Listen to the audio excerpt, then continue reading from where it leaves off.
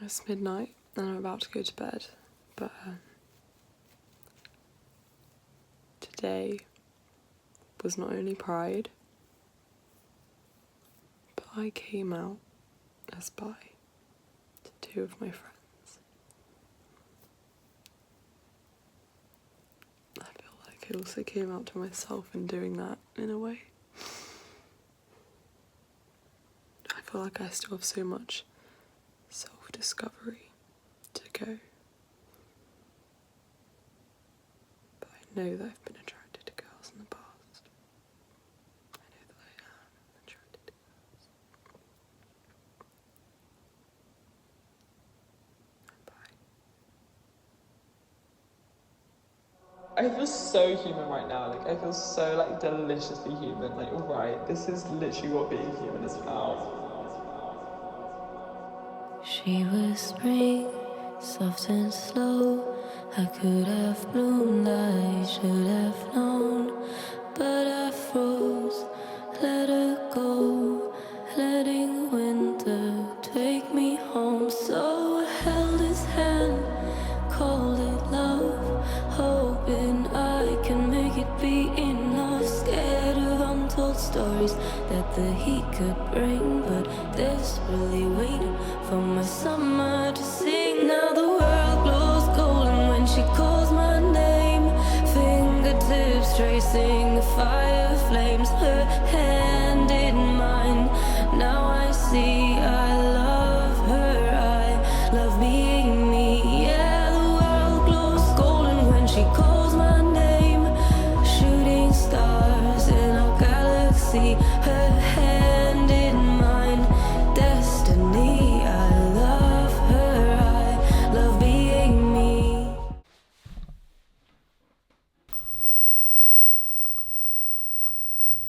Oh my god. I can't believe I'm making this video. Baby Jade is literally quaking.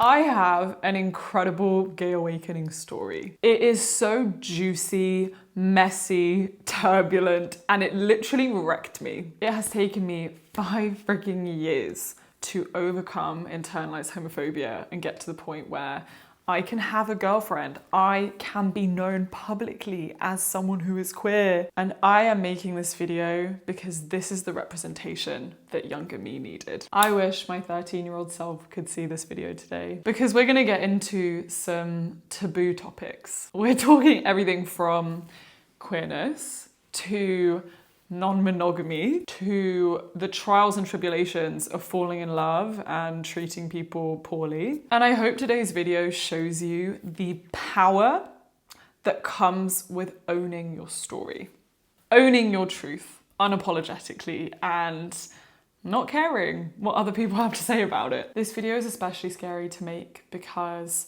some of you watching this will be homophobic, and maybe you've loved me for years, you've always admired me, you love my videos, especially my study content. Perhaps the knowledge that I am queer changes how you see me and changes the capacity to which I can be a role model to you.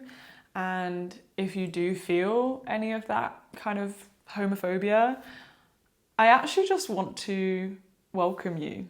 I want to say I actually think it's okay that you judge me and you judge my sexual orientation, because I judged it for the majority of my life. I actually think no one can have more homophobia than I had towards myself. And so I know that the antidote and the answer to homophobia is actually empathy, time, love, acceptance, and a very slow nudging towards interrogating these ideas further. So if this video triggers you, irks you, makes you feel uncomfortable, or makes you hate me, I allow you to leave with an open heart, whatever you feel you need to do, because undoing homophobia takes a really long time, and it's actually just not your fault that you're homophobic, in my opinion. We're all just a product of how we're raised, the culture we're raised into, societal values, and if you've not had the time to unpick how you've been impacted by those forces around you,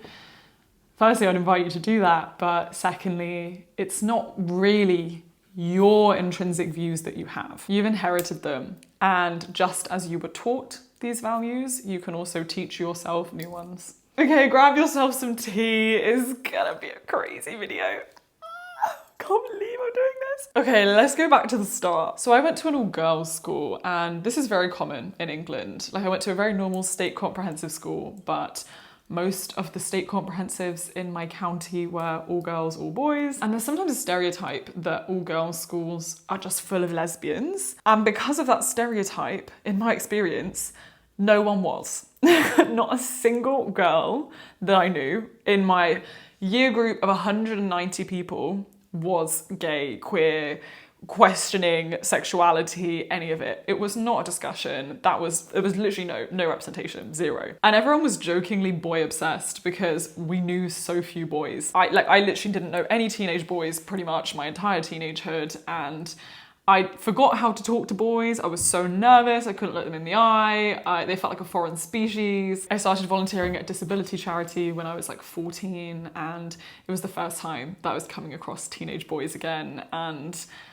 I didn't even know what a crush could look like or feel like, and I kind of convinced myself that I had a crush on every boy that I would meet my age because I just didn't know many of them. And I think my lack of exposure to boys is part of the reason I never interrogated that I could have crushes on girls, because a crush was an imaginary experience that I was yet to have. And I thought my love life would make sense the second that I was surrounded by more men. But now in retrospect, as someone who has dated boys, been with boys, had crushes on boys, I can now recognize I very much also had crushes on girls.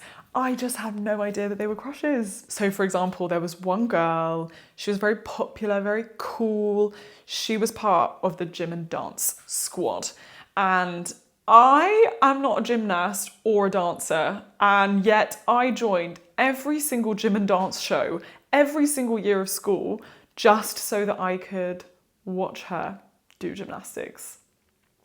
I would sit in the audience with my eyes glued to her, and I thought that was normal. I thought that I just wanted to be her, and that her popularity was what attracted me to always being aware of her. When I was in year 11, she sat in front of me in French class. And let me tell you, the way that I waited for French, I would look at my timetable and I would wait for the moment that I had a French lesson because I was so excited to sit behind her. I remember being obsessed with the way that she smelt. She was the complete opposite of me. She hated school. She was so bad at school. And I would like rush to do her homework or help her in any capacity that I could. I'm like the classic nerd in a movie who's like trying to help the popular girl who has no interest in the nerd. And sometimes she would like toy with me. I remember she would like lean back on her chair onto my desk and she'd be like, "Can I borrow a pen?" And my little heart fluttered. And I'm like, you can literally step on me. Like, you can borrow every pen I own. You can have them, just own them. And again, I thought that was normal. I think the only time in my teenagehood that I questioned it a little bit was when I got her Snapchat and I would watch her stories and I so desperately wanted to screenshot them. But because Snapchat makes you aware if someone screenshots your story, I would get my iPad and I would take photos of the phone of her Snapchat stories so that I could save them for later. Oh my God. And so I had an album on my iPad, which was just screenshots of her story. I remember taking the photos on my iPad thinking, Jade, this is not normal, my friend. This is not what you're doing for your other friends. But I couldn't question it too deeply because to even admit that that would be a crush was to wreck my entire life. So I left school, went into a gap year, still had no idea that I could be into girls, was not a thought. And I was like, yay, traveling the world. Oh my God, first time to like fall in love and meet boys and ooh, it'll be so fun. And I dated guys. I had my first boyfriend, went horribly, he cheated on me, but hey ho. Kissed the odd random guy on my travels, you know, good times. Went to university, first year of uni, had a boyfriend. Again, wasn't the ideal relationship, went through a breakup. Honestly, lost myself in that relationship, was just a horrible time. But when I broke up with him, I got back to my family home for lockdown that summer of 2020. And TikTok made me realise that I could be queer. Because let me tell you, TikTok knows you're gay before you do. It notices what you're interacting with, what you're spending more time looking at, and any content that was women, I just clearly interacted with more than content of men. And then I started to get content about being bi. I related so heavily to all the things they were saying. TikTokers would literally say things like, oh, I thought I just really wanted to be the popular girl at school, but I realized it was a crush, ha ha ha. And suddenly I'm sitting there in my bedroom like, oh my God, was that me? Was that what happened? And it terrified me, the realization that I might not be straight, because my whole life I have been goody two-shoes, perfect A-star Jade, likeable Jade. I come from a small town, my parents are very conservative, they don't have a single queer friend or like gay friend, they don't know the lingo or understand it. Like my parents would flippantly make comments about gay people on programs all the time, being like, oh, that's weird. And like, I know that they don't necessarily mean it as like a really bad thing, but there was this baseline homophobia that existed in the culture of our household and town. So I was like, I'm not gonna do the most unlikable thing ever and be queer. Absolutely not. I'm gonna keep liking men. But when I moved to Berlin, I made it my secret goal to kiss a girl for the first time ever. Oh my God, I can't believe I'm about to tell this story. It's actually so bad. Oh, it's so bad. Oh, it's such a funny story. Oh. This isn't even the juiciest bit of like the whole story, but I think my first kiss story with the girl it's a good one. Because guys, my first kiss with a girl was with a subscriber. Oh, and it was kind of like coercement vibes from her. Oh, let me tell you the story. Actually, I feel like it's too long. It's too long of a story. I'll do a whole other video on my first kiss with a girl story, but it scarred me.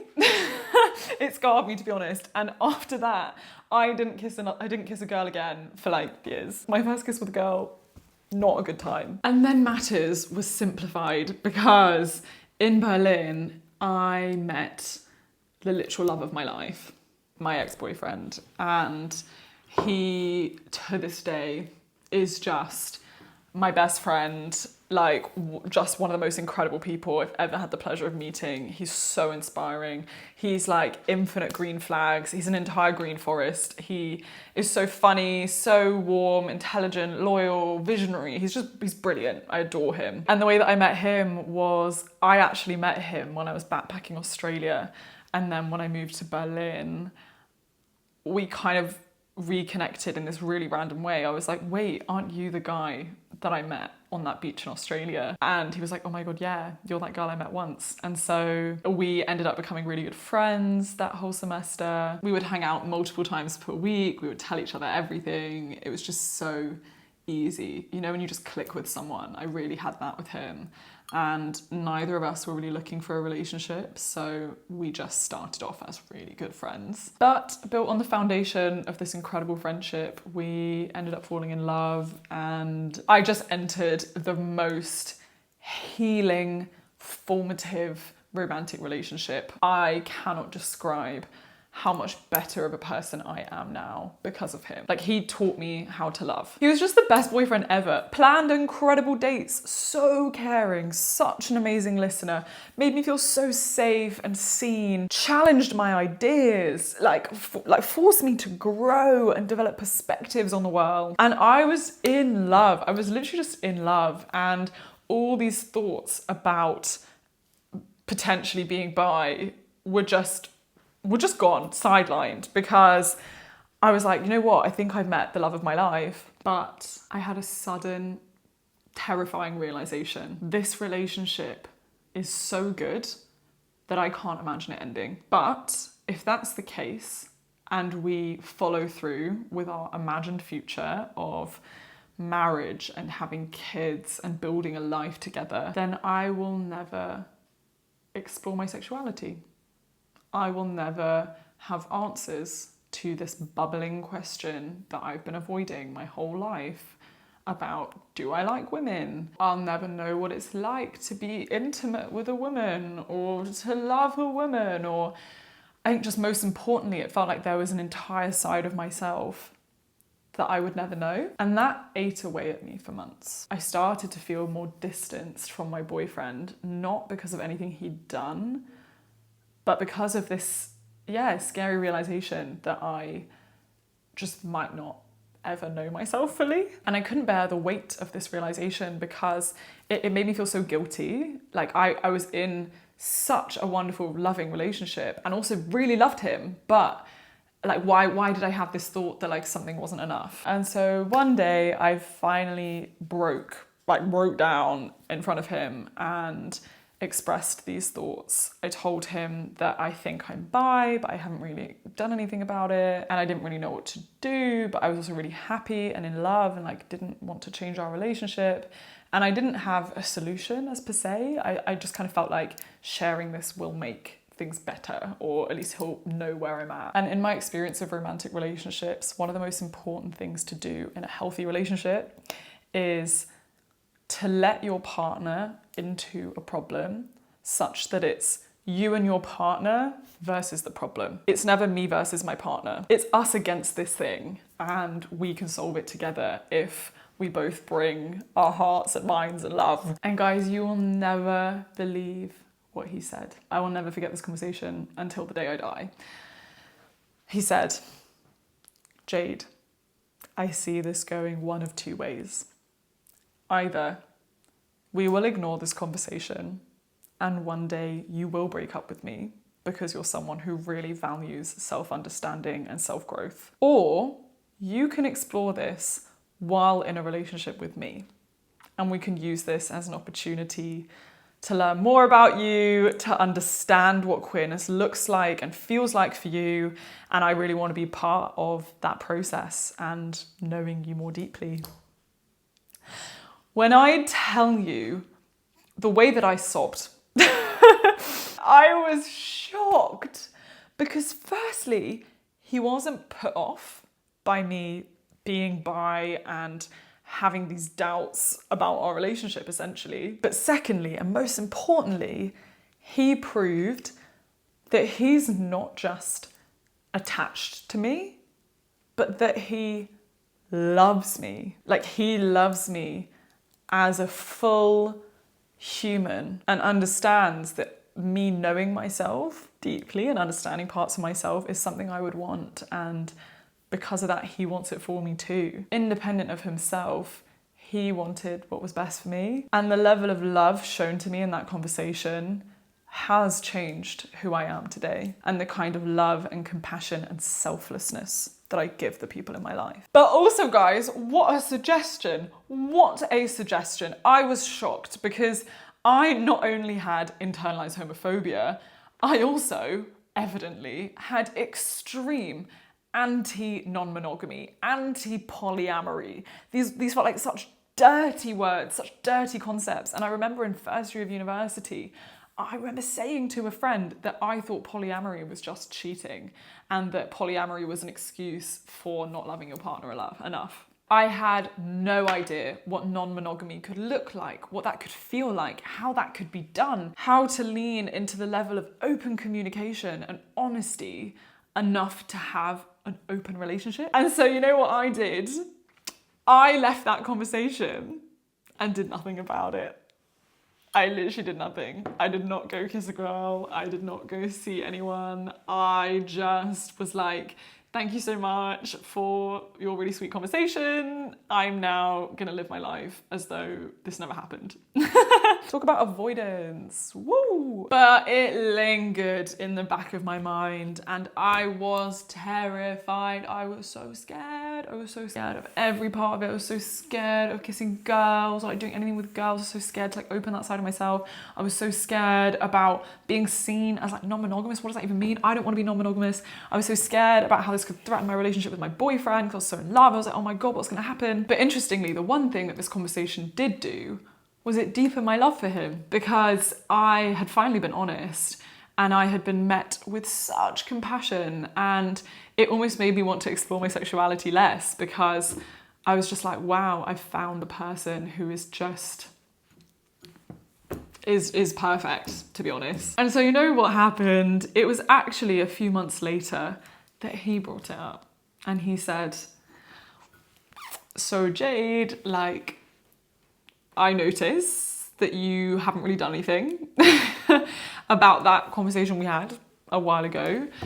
And he just wanted to check in. He's like, how are you feeling about it? Like, maybe you could go clubbing and try and kiss a girl, or like, I don't know, maybe try and make a dating account or something. And he just nudged me in the most loving way, in a way that I could not have done for myself, because I was still so scared of the prospect of liking girls. But because of his love and encouragement, I took my first baby step. I found out that Girl in Red, the queer icon Girl in Red, was doing a concert near me. And I don't know if you're familiar with Girl in Red, but she was known as the code word for being lesbian or a queer woman. So online, if you wanted to ask if a girl liked girls, you could say, do you listen to Girl in Red? And it was like code word, like, oh my God, yes, I do listen to Girl in Red. Like, I do like girls. Literally, Girl in Red, her songs were so formative to my journey unpacking my internalized homophobia. And she was hosting a concert, but not just any concert, a private, intimate concert that you had to complete a bunch of quizzes online for if you wanted to unlock the location. And I thought, it's time, Jade. It's time to take your first step into queerness. And so I did all the quizzes, unlocked the location, and I thought, I can't go alone, so I'm gonna be brave. I entered the group chat, the Minerva University group chat of queer students, and I remember how terrified I was, because entering that chat basically meant telling these people that I might be gay, which I know for a fact that no one thought I was, because I'm so straight passing and I had a boyfriend and everyone knew that. And yeah, I was just really scared about what people were gonna think. But I texted in the queer chat, hey guys, just got, word of this thing, this Girl in Red concert happening. Does anyone want to come? And I remember 2 people from this chat privately messaged me and said, oh my God, Jade, are you queer? And I wanted to swallow myself whole. I wanted to jump into a hole in the ground and never resurface. I'm like, girl, don't ask me that. It's already a big step for me to come to this chat, like, chill. But I went to the concert and it was such a big turning point, because to go to a Girl in Red concert is to be okay with the prospect of all the people there looking at you and thinking that you could be gay. There's such a big mental identity switch that happens when you realise you're queer. Because at least in my generation, that is how we were taught through the culture of coming out as a concept. It's like when someone comes out, it's almost like they gain a new label over their head that says gay. And there's like a before and the after coming out. There's the before we knew you were gay, and there's the after. And I didn't want to have that label. I didn't want an after. I just wanted to be Jade. I just wanted to like who I liked, and to be in a space where everyone was looking at me as though I was queer was to be okay with adopting that label, even if it was just strangers. And that was a big step. And the next few months, I didn't kiss a girl. I didn't do anything. I didn't go on dates. But I started to become comfortable in my mind with that possibility, and talking it through more with my boyfriend, and talking more about like what it would look like if I was to see other people, like how that would work in our relationship, and how he would feel, how I would feel, how we'd navigate that. And I learned so much through those conversations, and also giving myself grace and not rushing it. I started experimenting with my fashion a bit. I started to think about things like, oh, so some queer girls are masc and some are femme, and how do I present? Like, I guess I'm femme. Do I want to be femme? Am I just femme because I've always been femme? Like, I don't know. You just start questioning these things. I joined the queer tea time group at university, where we would go to this secret little room and people would discuss their coming out stories, and I started to gain representation and queer community, friends who were gay, and to learn that it's not as big of a deal as I always thought it was. But guys, oh my God, I can't believe I'm saying this. I can't believe I'm telling you. My entire life changed, because the next semester I fell in love with my roommate. Yep. With my roommate! Oh, my roommate! Oh my god. Can you imagine living in a room with someone and falling in love with them? What an absolute turbulent mess of a time that's going to become. Welcome to the part 2.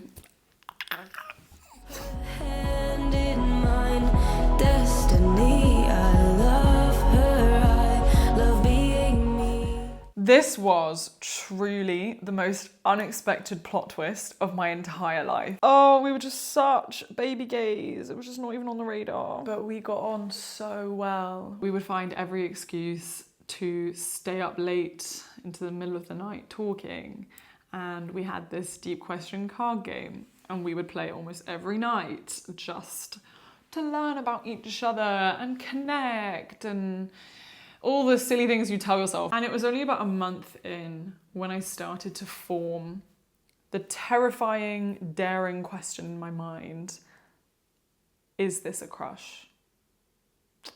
Do I like her?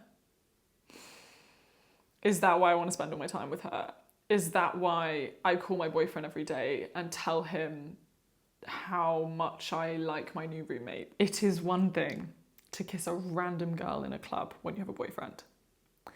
It is a completely other thing to fall in love with someone that you are living in a room with for 3 more months while in a long distance relationship. God. I was riddled with anxiety, guilt, fear, all the things, because I was terrified. Like, what does this mean? Like, he said he's fine with me exploring my sexuality. Is this part of it? And one night I was playing the deep question card game with her, and there came a question that she had to answer. And it said, what is something you're too scared to tell me? And you know when you're willing someone to say what you want them to say? I felt like I was trying to give her all the telepathy in my head to be like, tell me you like me. Tell me you have a crush on me. Tell me I'm not the only one. And she said that she didn't realise she was queer until she met me. She told me that.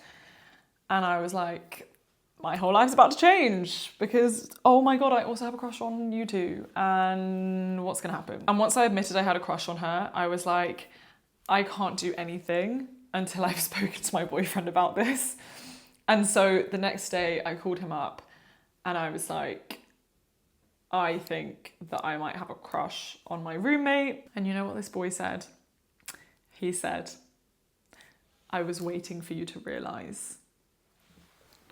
How can you have that level of empathy and love to realise that your girlfriend is falling in love with someone and to wait to let her figure that out on her own and to be fine with it and to love her through that and to have so much safety and security about your place in her life that she can do that and you don't feel threatened. I told him how guilty I felt and how I didn't want this to threaten our relationship, and I'm like, please be honest with me, tell me how you actually feel.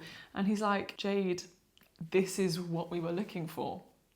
This is an opportunity for you to explore that entire side of yourself that you said you wanted to.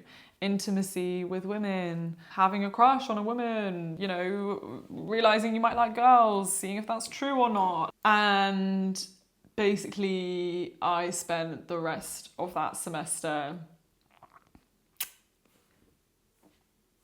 falling in love with her, except I didn't know at the time that I was falling in love with her because I had so much internalized homophobia that I told her the entire time that I was just exploring my sexuality. I'm just here to explore. Everything is so undeep and unemotional and playful, and this is just a little fun phase of my life before I scoot back to my boyfriend who I'm gonna live my whole life with. And this is just like, you're effectively helping me explore this side of myself. Yes, I realise that this mindset is now problematic, but at the time, that was genuinely how I felt. And I was so upfront with her, you know, from day one. Like, she'd obviously met my boyfriend, she knew him. So I was like, cool, perfect, we're on the same page. Except we were not on the same page. We said we were. Every time we would have any kind of chat about it, I would parrot my same statements of, this is just fun and meaningless. And she would also be like, I know, I'm like, it's all fine, it's all good vibes. But it was not good vibes. It was not good vibes. It was so messy. It was so hectic. Like, oh my God. I was in such denial of my feelings, such denial, because I was like, I can't fall in love with her because I have a boyfriend. And also, I don't want to be gay. I don't want to like this. I don't want to enjoy this. Why is this so fun? Why do I like this so much? I just had so much to unpack. And at the same time, worth adding that I was only in this country for 4 months. So I had to build an entire life, learn the language, learn the whole systems. I had a 20-hour internship. I had to write minimum 2,000-word essays a week. I was running my entire YouTube channel. I was writing a book. It was hell, to be honest. I had no time, no space alone. Imagine you live in a room, you live in a bedroom with the person who you're falling in love with but denying that you're falling in love with. You never get alone time or space to ever process that fact. And every single day I was also calling my boyfriend and telling him about my life and telling him about my situation with my roommate, but also through a lens of like, but don't worry, I'm not falling in love, don't worry, I'm still very, very, very happy with you, which also I was. That's why it was so confusing, because I was like, oh, I really do want to be with you, but also I can't deny that there's feelings here. So messy, so much guilt, so much like, what the hell is going on? And thank God the holidays finally come around.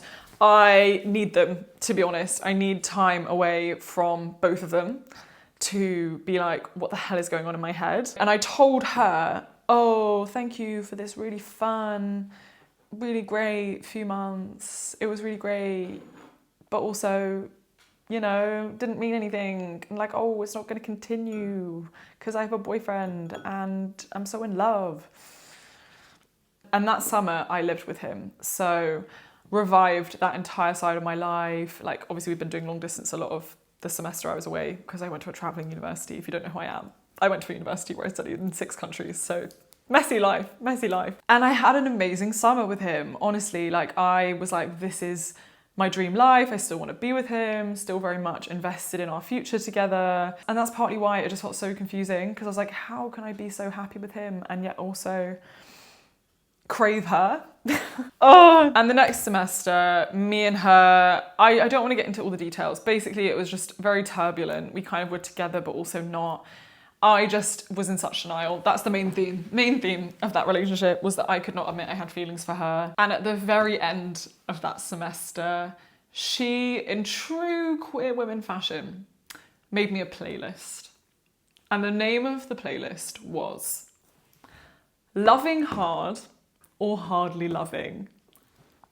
Oh God, I saw that and I was like, oh my God, I have so much to unpack. I have so much to sort out in my life. I feel like I'm treating you poorly. I feel like I'm treating her poorly. I feel like I'm treating myself poorly. Like, I just need time and space alone to be like, what the hell is happening? Who am I? And again, I just want to reiterate, Minerva, the university we went to, so intense. Every single day, like 4 classes, 6 hours of reading, writing essay after essay, having internship, moving my whole life to Argentina, to Taiwan, to Korea, running the YouTube channel. Like, I was literally in overdrive. I just had no capacity to like introspect in any way. And so when I finally reached those holidays and I had some alone time, I came to the realization, I have to end it with the girl, the roommate, because I'm treating her so poorly. And even though, again, still at this point, couldn't admit that I was in love with her, I was like, I have to respect her more and unpack all my shit alone. And I was just so poor at communicating because I'm like, oh, I love you, but also this meant nothing and I think it should end. Oh, guys, we heal, we grow, we heal, we grow. I'm telling you these things because you have to understand that no one's perfect. Like, I come online all the time and I give you advice. Where do you think I gain wisdom from? It's from screwing up. It's from being a bad person. It's from doing things wrong and learning about it, going to therapy, healing. Like, I'm not a saint. I literally just make mistakes and try and learn from them. And I was really a messy, horrible person to be in that situation with her. Projected all my internalized homophobia onto her. And so we came up with really strict boundaries to ensure it was a clear cut. That was one of the most difficult semesters because I was essentially going through a breakup that I didn't even realise would be a breakup because I couldn't admit to myself I was in love with her while still having a boyfriend and while still doing Minerva workload and while living on a floor with her. And in the process of not having contact with her, I finally started to realise that I was in love with her. It's giving good luck, babe. It's giving I'm a bitch who just cannot understand that feelings for a girl are valid. And since then, I have done so much healing. Oh my goodness. The whole next semester's processing, starting to own the fact that I'm queer, going to queer circles, doing therapy, talking about it, coming out to my parents, Vipassana, sitting with myself for 10 whole days and letting all the stuff that I didn't process at university, all the stuff I didn't process in those relationships come up, and to sit with it and to like forgive myself for acting so poorly, to be kinder to myself, to accept myself in all my glory. And I'm not going to go into too many details and stories, but my boyfriend and I continued to have a non-monogamous relationship and actually got to the point where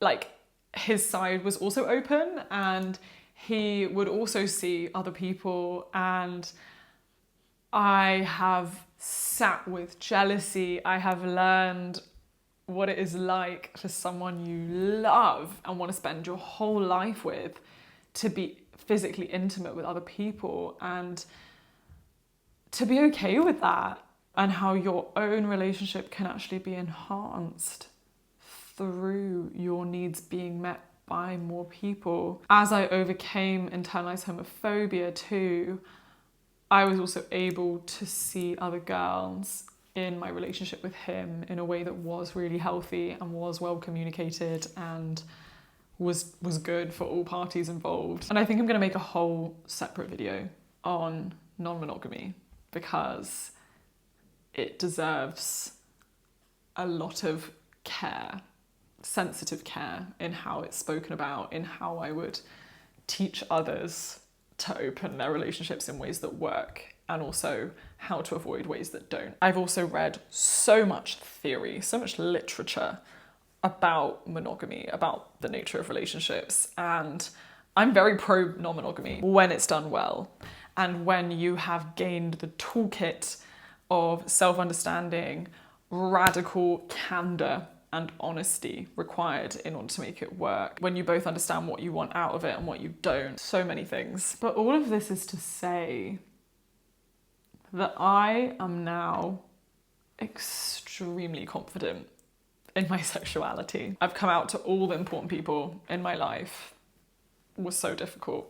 A topic for another day. I have done years of therapy unpacking this and why it is so fucking difficult for me to be queer and to be fine with it, and how jealous I am of young people. Jealous, but also like happy, obviously. Jealous of young people who own their sexuality with no difficulty and with no qualms, and that's how it should be. That's how it should be for everyone. And I don't believe in coming out as a concept because I think that we should be able to just love whoever we want and there should be no new label above our heads when we have those realizations. I've learned so much about the fluidity of love, about what love actually is, what it's not, about owning who you are, accepting your truth, even when you really don't want to and everything in your head tells you not to. Okay, my camera's flashing at me that she's gonna die any second, so let me attempt to wrap it up ASAP.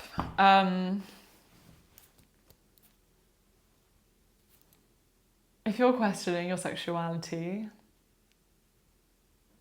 please give yourself grace.